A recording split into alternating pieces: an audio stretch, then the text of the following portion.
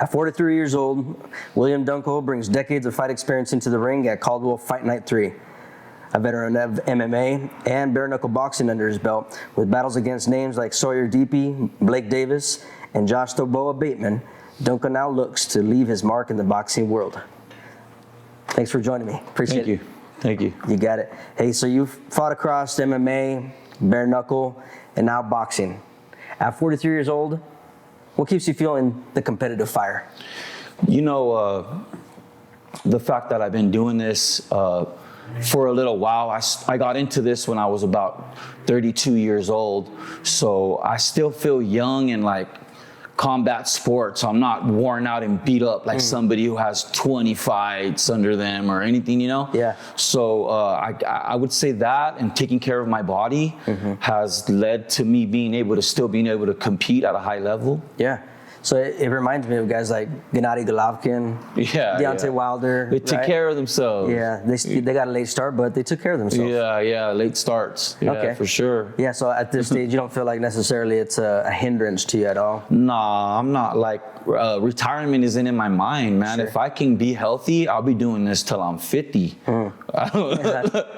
It's just in you. Yeah. This is my hunting, my fishing, my this is what I do. I go after professional men and I test my limits, and that's what I want my legacy to be to my kids. Yeah. And what my coach taught me. Yeah, that's awesome. You face some tough names in MMA, right? Like Josh Bateman, Steven Razor Sharp. Which of those MMA bouts taught you some of the biggest lessons to date? In every MMA fight, in any fight, you're gonna learn something. You're gonna get a lesson out of it, right? And I feel like you can't be a better fighter unless you learn certain lessons. Like, you have to learn these lessons. And if you don't know those lessons, then you're gonna learn them at one point or another, Yeah. Like everybody, I was undefeated for a long time, and I had to taste defeat and recover from that and say, that's not my identity. I'm gonna go after it again and again, and tasting wins and tasting battles and flying into other states and being the bad guy has the underdog. Yeah, it gives me energy to know that everybody's against me. It's only me and my coach going into the belly of the beast of the worst fighting state you could go to as an opponent. And it's me against the referees, the judges, the fighting promotion, you name it. And we've pulled so many wins out of the hat, and it's all thanks to what my coach taught me. What's something you just said a minute ago about coming back from a loss after you've had a winning streak? You got the experience to have gone through that and experience what it takes to, I don't know if you want to call it bounce back, but have the mental fortitude to continue having a passion for what you're doing. Where does that come from? I would have to say that my mom raised me, and she raised me to be a tough kid at a really young age. And I've always had it in me to not quit. And I think my mom gave me that, Yeah. Props to your mom. She taught you how to endure. Just, all the struggles. Me seeing her struggle made me grow up real quick. And I didn't mind it. Yeah. I didn't mind getting a job really young and helping out with giving my mom my whole check. I could tell you have an affinity for your mom. Oh, yeah. She holds a dear spot to you. Talk to me about how she supported you in this walk of doing something that could scare most of us. I grew up poor. My mom took out so many layaways so we could go to school, and look clean, Yeah. And to this day, I love her for it, and I never forget it. And all these little things, all the little food, everything, Yeah. Super humble on that subject for sure. Absolutely. I appreciate you sharing that.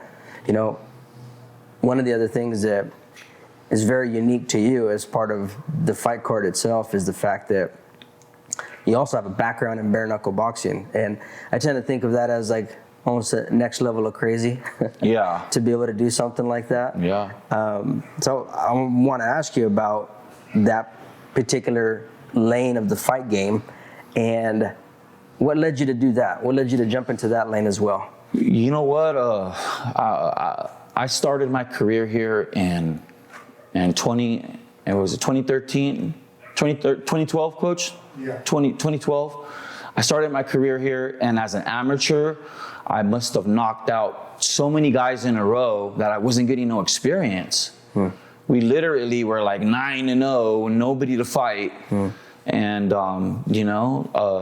so going on to the next level and not being tested right away in different avenues is again a lesson, man. So again, in the BKFC, like I cannot describe what it feels like to really fight somebody who knows what they're doing in bare-knuckle boxing.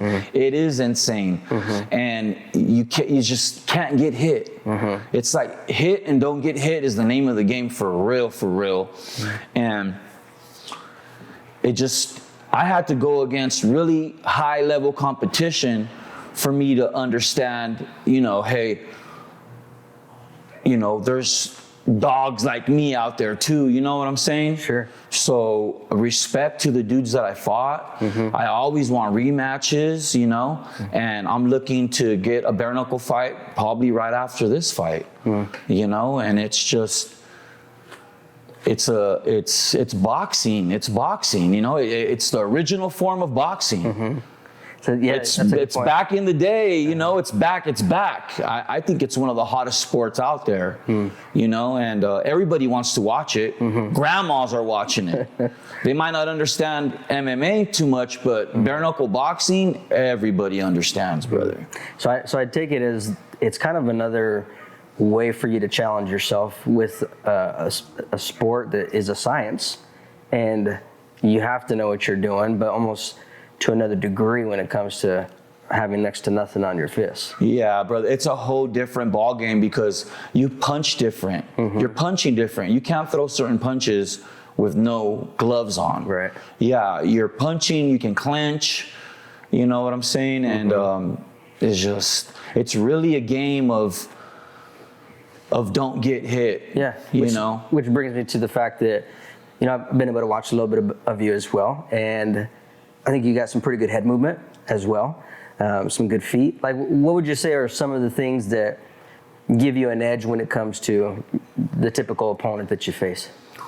I honestly think that I have a dog in me, and boxing is a sport where it's not like MMA. There's no grabbing my legs, submitting me, choking me. Like, it's a dog sport. It's really gonna show the dog that I am. You know what I'm saying? And that's the kind of fight that I wanted in the BKFC. But I went up in divisions. And I fought some boogeymen that nobody wanted to fight.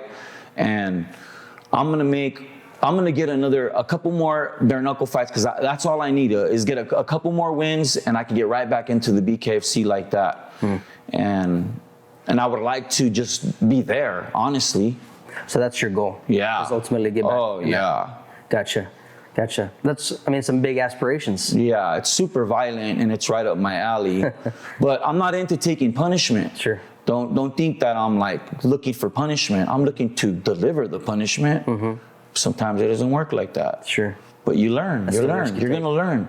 You're gonna learn from people you fight. You know what I'm saying? Yeah. And the experience I got from fighting those high-level dudes has changed a lot for me. Has changed my mentality, has humbled me, has made me become a better guy, has made me not want to quit. You know what I'm saying? Yeah, elaborate on that for me a little bit. So the struggles that you had to overcome, the challenges of facing higher competition, of battling the naysayers, of going against the grain with what somebody may say that they're going to dismiss you or count you out for XYZ, and you persevering has now challenged you, right, mentally, and changed you as a man. You said it's made you better as a person. Keep talking about that for me if you could. Explain that. Well, basically, brother, it's like, what doesn't kill you is gonna make you stronger, So in this combat game, I have been the hammer and I have been a nail. You know what I'm saying? And that's the way it is. So as a fighter, you need to have a short memory. You need to jump back on the bike. And if you're at a spot where like you can't compete no more, people will let you know. Ain't nobody fucking telling me that. You know? So I'm only gonna get better and better the more time that I'm in the gym. And we're gonna put that on display. I can only show everybody what my coaches taught me. There's only so much talking I can do about it. For a lot of people that may be watching this, I'd say even a younger audience, I was checking out some of the content that we had shared recently, and I was getting a feel for some of the audience that was peeking at it. And, you know, I think fighting, a lot of people that are in their younger years, they're attracted to it, right? It's an exciting sport across the gamut, whether you're talking about, you know, bare-knuckle, MMA, boxing, etc. But there's a lot of people that would look to what you're doing, and they might want to espouse to do that one day as well. Like, you've already laid down a lot of groundwork, which I think is phenomenal for somebody that's coming through the ranks and trying to figure out, hey, how do you push through certain scenarios and whatnot. But for somebody that's, you know, early stages, maybe their background is just wrestling right now in middle school, and they're looking at this stuff as something that they want to end up doing one day and pushing their competitiveness to a new level. What kind of wisdom would you impart to somebody like that in order to stay focused and go to that direction? It's all about discipline, brother. It's not about how you feel. Your feelings will change every day. Your goals won't. If you just work on your goals every day, no matter how you feel, no matter what's going on in your life, you can go run, you can go do some push-ups where you're at. You can do something to get better that day. Yeah. You know what I'm saying? So that's really what it's all about, is making little improvements like that every day. And even if you're sad, even if whatever it is, the gym, boxing, combat sports have saved so many lives. I don't know what to tell you guys. Like, so many people come into fighting gyms and they have no self-esteem, or they have issues where they don't want to be here no more. Right. And fighting will save them, bro. Training will save them. People need this. That's what I was going to ask you next, is how has the combat game saved you? And well, I don't need no therapy. You know what I'm saying? I feel like this is my therapy. I'm going to come here. I'm going to punch bags. I'm going to sweat. I'm going to go to the gym after this. And, you know, and tomorrow I'm going to do the same thing over and over and over. Why? Because I'm working on my goals. What's my goal? To make people respect my gym's name. To make people respect my coach, respect my team. That's my goal. Yeah. We're trying to put the fear of God in you. You know, so we have to go out there and perform and do what we need to do. Yeah, I feel you. What would you say has been the significance of your coach's presence in your life? I mean, I hear you talk about him quite a bit, so I know that he's had an impact on your life. But what would you say? Well, when I came to Idaho in 2012, I went to a couple gyms, and basically they were like, well, how old are you? And I told them, oh, well, I'm 31, you know, whatever, you know? And they're just laughed at me. Just laughed at me, told me it's too late for you. And coach was the only man that told me, oh, you want to fight? Okay, let's go, let's train. So he believed in you, gave you a chance. Yeah, that's huge. I could tell that's impactful for you, that he took a chance on you, that he believed in you, that he saw something great in you that maybe you didn't see in yourself, and here you are today, right? Yeah, praise God. Yeah, that's huge. I'd like to bring in your coach if I could. So Coach Johnny Perez. Yeah, nice to meet you. I hear one of your students right here. He talks very, very highly of you, and one of the things he just mentioned, obviously, that has been super impactful in his life has been around the fact that you gave him a chance when nobody else would. Right. I think the moniker is very well fitting for you of 208 underdog. And here you are, years later. What was it about him that said, hey, let's give this cat a shot? Well, for one, it's every single individual that comes to my gym is everybody has talent, just need to bring it out. And with him, I knew he had two beautiful things. One is he had talent, but the other one is he had the fire in him. to where I'm like, all right, we're going to do this. We're going to train you. But then it was perfect because then we were able to get all the aptitudes to definitely be able to focus on timing, technique, and all the entire things that you need for boxing. Wow. I mean, don't get me wrong. You can hit a bag 1,000 times. I'm going to hit you back. Sure. So day one, I'm like, all right, you want to box? We're going to box. And it's about learning how to throw the punch, how to take a punch, when to do it, when to move. And his timing from get-go was impeccable. Out of the entire gym, I mean, everybody was so proud of him because that's what stood out, was his timing and control.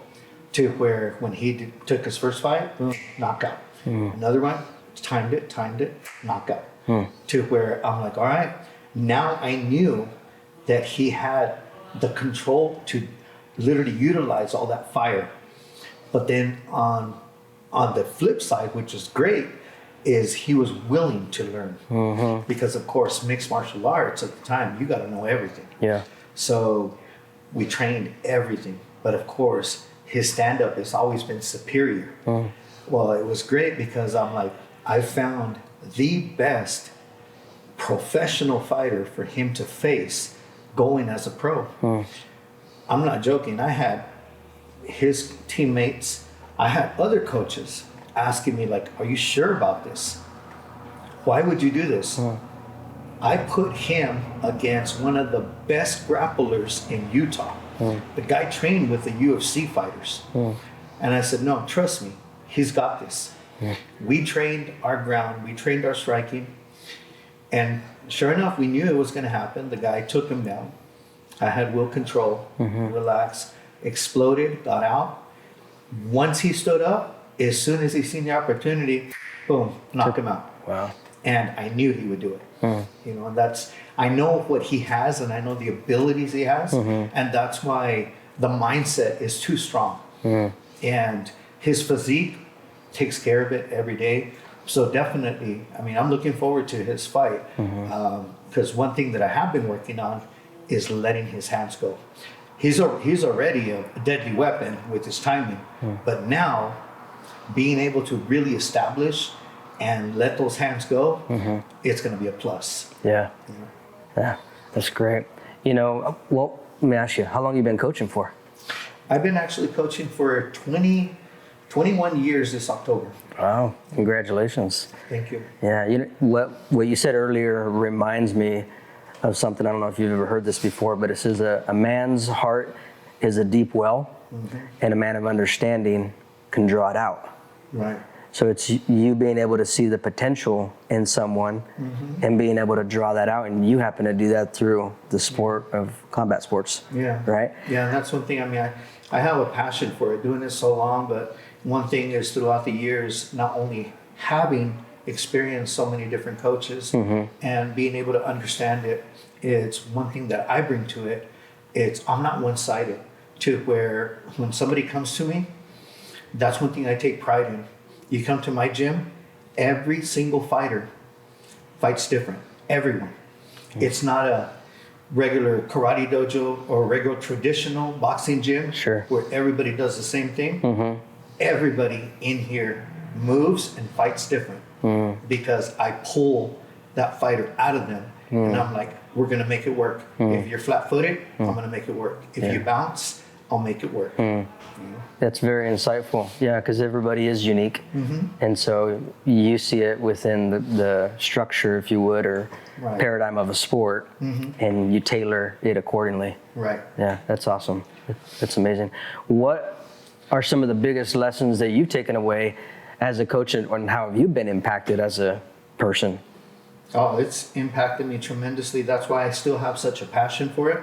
Not only to see every individual succeed, but I mean in a professional status, like really big, but at the same aspect in life, and to where we really bring the family atmosphere to where we lean on each other, to and we're there for each other, whether somebody's having a hard time, it's a struggle where it's not just boxing. It's not just MMA. Literally, it's a family. Yeah. And that's what we bring to it. Yeah, that's amazing. Looking forward to seeing you September 27th, William. Thank you, Johnny. Yes, sir. Thank you, guys. You got it.